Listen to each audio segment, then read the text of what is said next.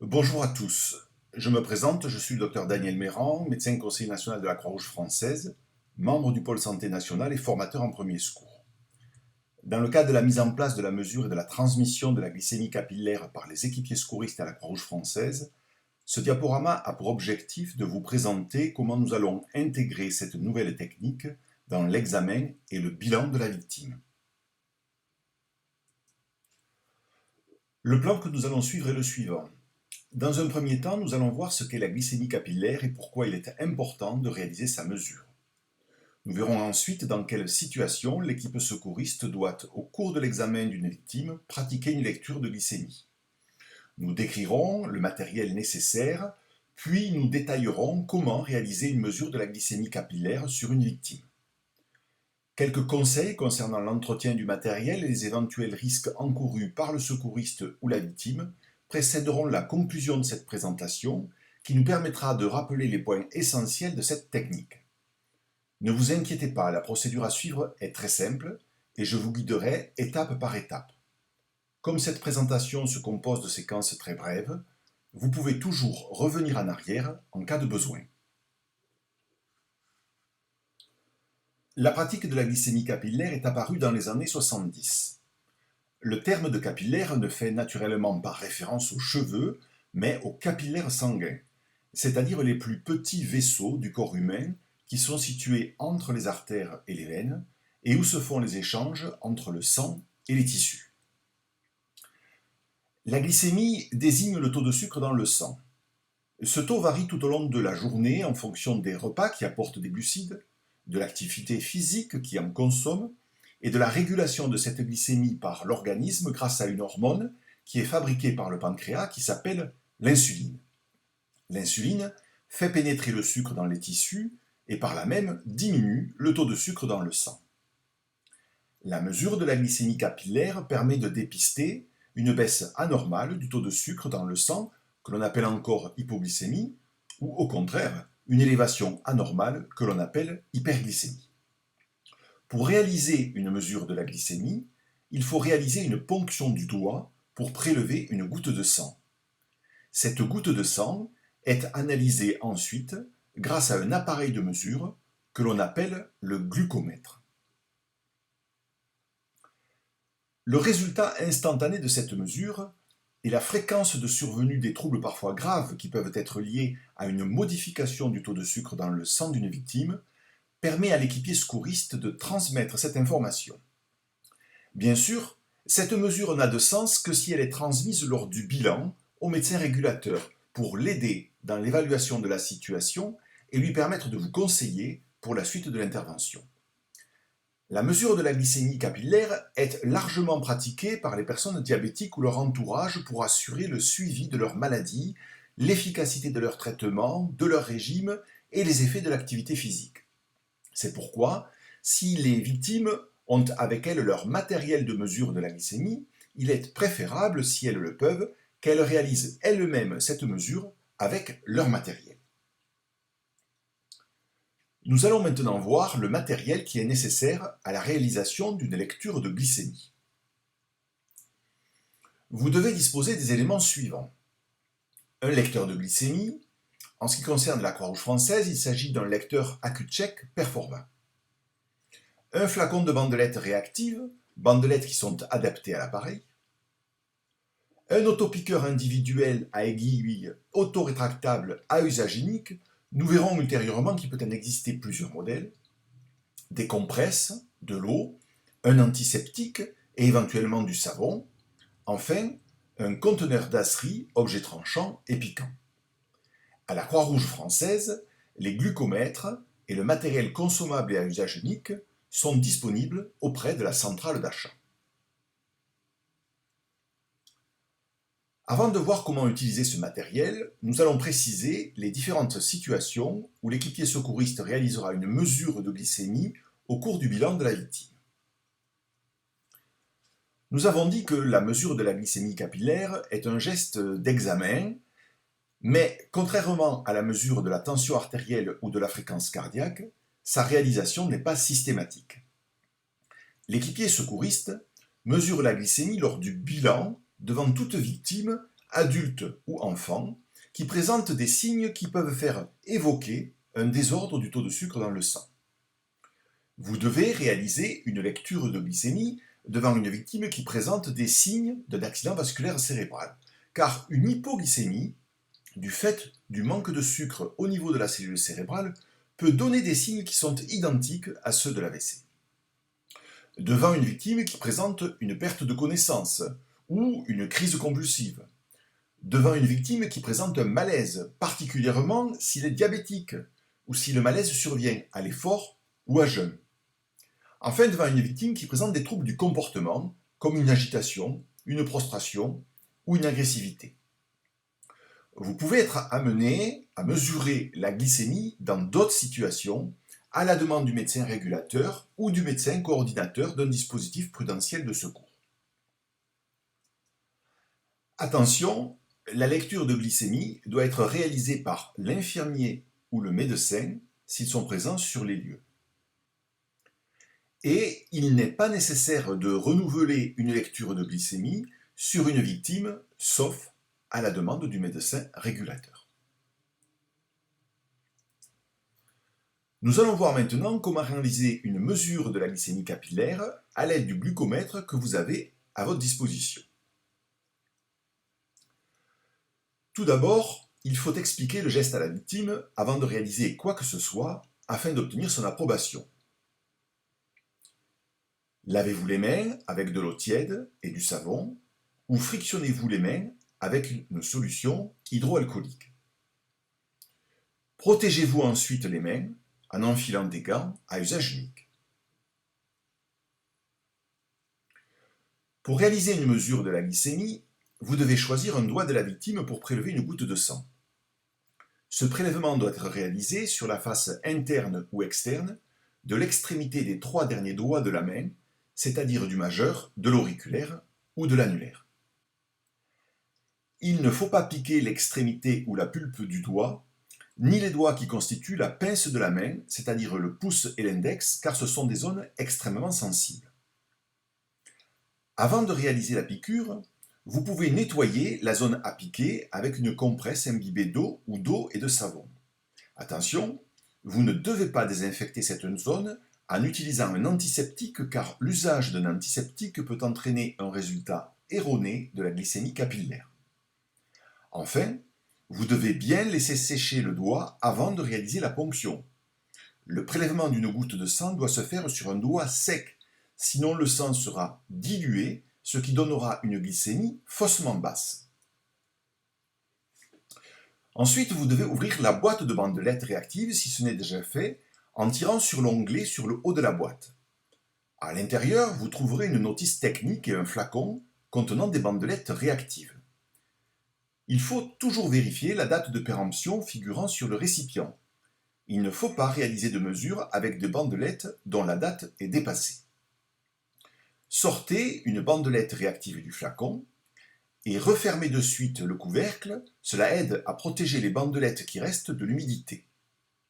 Introduisez ensuite la bandelette réactive partie or en premier dans le lecteur, ce dernier va s'allumer. Enfin, un petit symbole en goutte de sang apparaît sur l'écran. Celui-ci vous indique que le lecteur est prêt à réaliser une mesure. Ensuite, il faut se munir d'une lancette auto-rétractable. Saisissez-la entre le pouce et l'index au niveau de la jonction des deux couleurs. Tournez avec le pouce et l'index de l'autre main la partie effilée et plate de la lancette. Ainsi, vous libérerez l'orifice de l'autopiqueur qui est de couleur blanche. Placez l'orifice de l'autopiqueur au contact de la zone à piquer et appuyez fermement. Cela va déclencher une piqûre.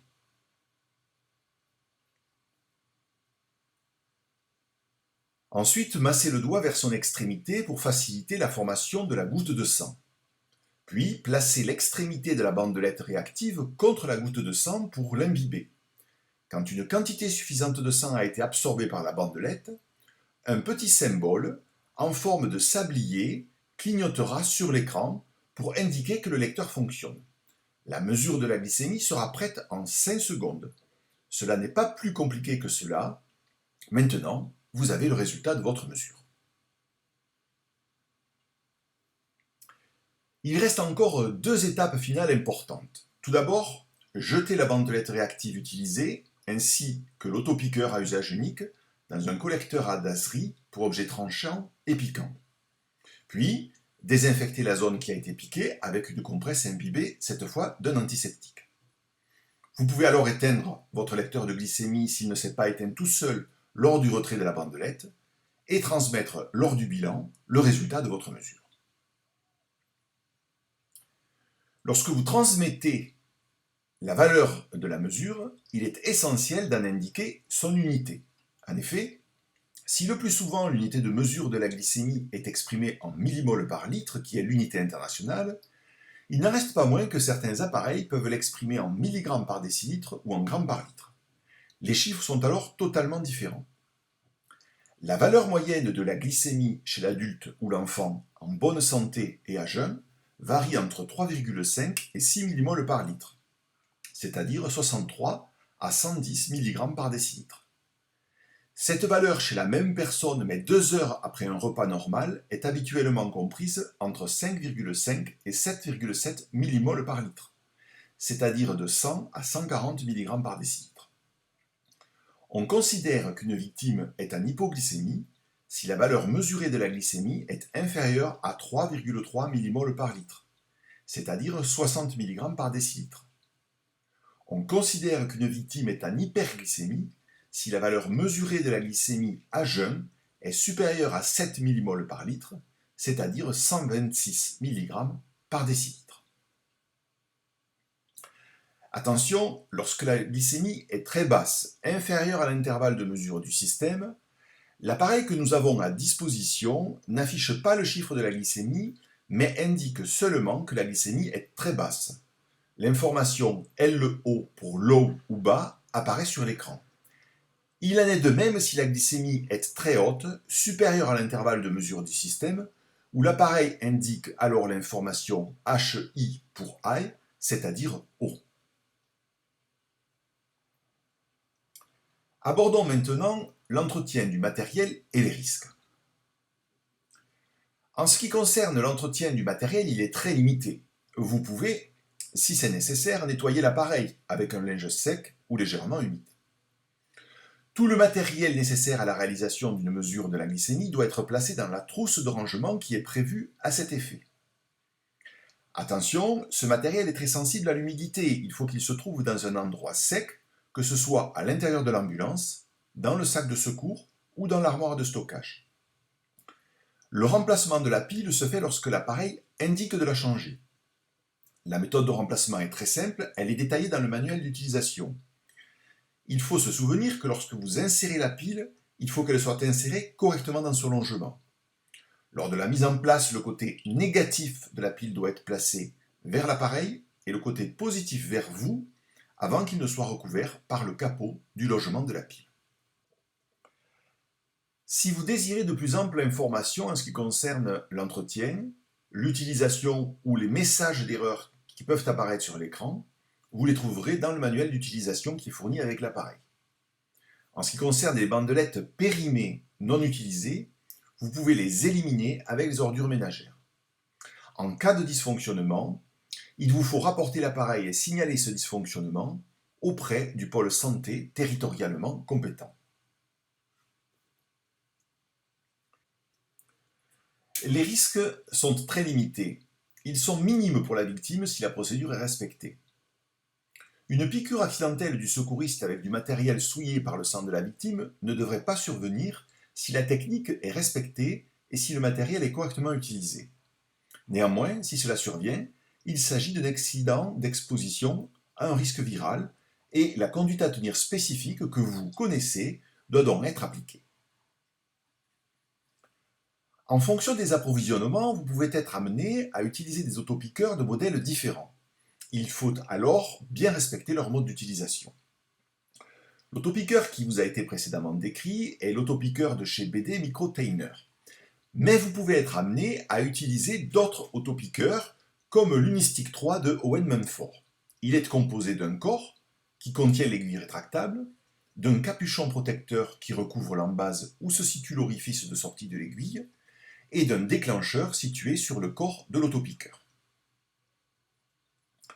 Pour l'utiliser, vous devez, après avoir saisi l'autopiqueur entre le pouce et l'index, dévisser le capuchon de l'autopiqueur en le tournant sur lui-même sans tirer dessus. Attention, si vous tirez dessus avant de le dévisser, vous risquez d'armer et de déclencher la piqûre, ce qui rendrait l'autopiqueur inutilisable. Une fois dévissé, le capuchon peut être enlevé sans résistance. Ensuite, pressez fermement l'embase contre la zone de prélèvement. Enfin, appuyez sur le bouton déclencheur pour déclencher la piqûre. Un clic se fait entendre, puis la lancette se rétractera ensuite automatiquement dans le corps du dispositif.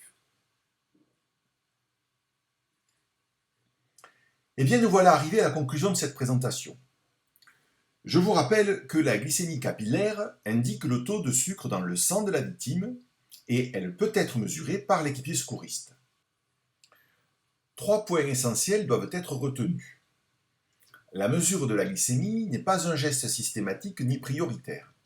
Elle est réalisée chaque fois que la victime présente des signes neurologiques qui peuvent évoquer une modification du taux de sucre dans le sang ou à la demande du médecin régulateur, mais toujours après la réalisation des gestes de secours d'urgence si c'est nécessaire. La mesure de la glycémie nécessite du matériel de précision qu'il faut manipuler avec précaution et dont il faut prendre soin. Je rappelle qu'il ne faut pas utiliser d'antiseptique pour nettoyer le doigt avant le prélèvement et qu'il faut réaliser le prélèvement sur un doigt sec. Enfin, si la mesure de la glycémie est pratiquée en respectant scrupuleusement la procédure que nous venons de décrire, ce geste technique est totalement sans risque. Voilà, nous avons terminé cette présentation.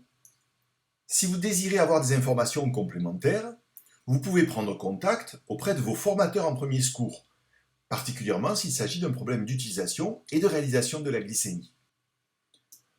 Auprès des membres du pôle santé de votre territoire, auprès du pôle secourisme de la direction des activités bénévoles et de l'engagement, ou auprès du pôle santé national de la Croix-Rouge française, à l'adresse mail qui est affichée ici. Je remercie bien sûr toutes les personnes qui ont participé à la conception et à la réalisation de cette vidéo, et notamment le docteur Denis Larger du bataillon des marins-pompiers de Marseille, qui encore une fois a bien voulu réaliser les dessins. Je vous remercie d'avoir suivi cette présentation, et je vous donne rendez-vous très bientôt pour une nouvelle vidéo de premiers secours en équipe.